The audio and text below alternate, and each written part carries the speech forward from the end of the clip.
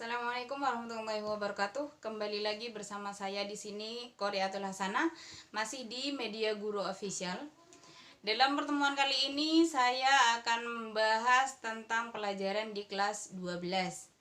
Jadi dalam pembelajaran kali ini saya hanya mengulas pelajaran kembali dari pelajaran-pelajaran yang sudah dilaksanakan atau yang sudah diajarkan pada kelas-kelas sebelumnya, baik itu kelas 10 ataupun kelas 11. Nah, dalam pertemuan kali ini karena kelas 12 itu masih banyak terlalu fokus sama soal ujian ya. Jadi saya di sini hanya mengulas sedikit saja materi tentang yang sudah diajarkan sebelumnya. Jadi untuk itu nantinya akan kita bahas lebih banyak soal lagi untuk mempersiapkan ujian nasionalnya. Dalam kesempatan kali ini saya akan mengulas kembali tentang memaknai kata atau istilah.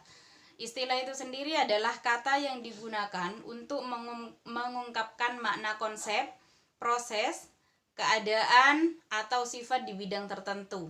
Nah, untuk menemukan makna kata atau istilah itu sendiri dapat ditemukan melalui Kamus Besar Bahasa Indonesia. Kenapa harus melalui Kamus Besar Bahasa Indonesia? Nah, untuk menghindari penafsiran yang salah, untuk menghindari makna atau arti yang salah nantinya, jadi harus ditemukan melalui Kamus Besar Bahasa Indonesia. Dalam kata atau istilah itu sendiri yang sering muncul dalam ujian nasional itu adalah kata baku, kata bersinonim, kata berantonim, kata yang bermakna konotasi, ungkapan, dan kata yang mengalami perubahan makna. Jadi itu kata atau istilah yang sering muncul dalam ujian nasional. Nah, makna kata yang sering muncul dalam ujian nasional juga, ada dua makna.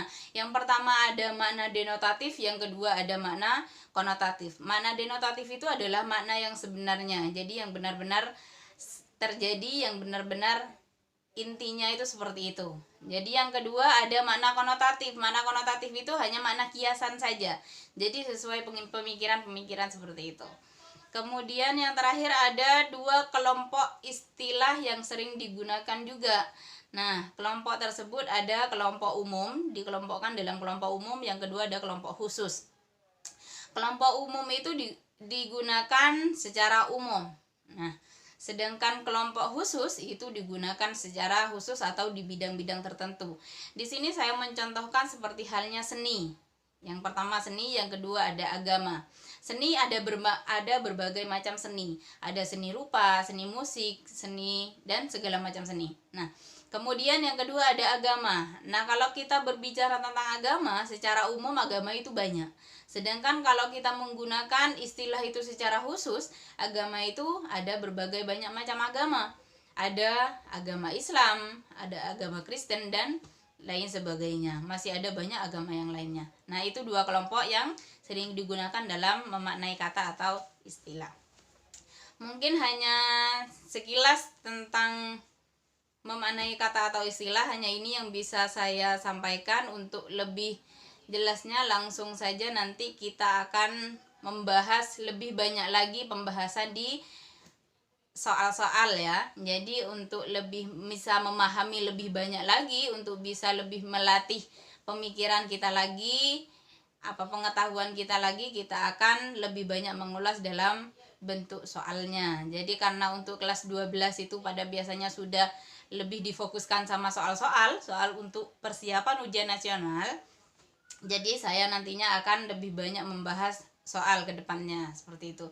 Jadi ini hanya ulasan sedikit mengulang tentang pelajaran sebelumnya. Mungkin hanya ini yang bisa saya sampaikan, kurang lebihnya mohon maaf. Wassalamualaikum warahmatullahi wabarakatuh.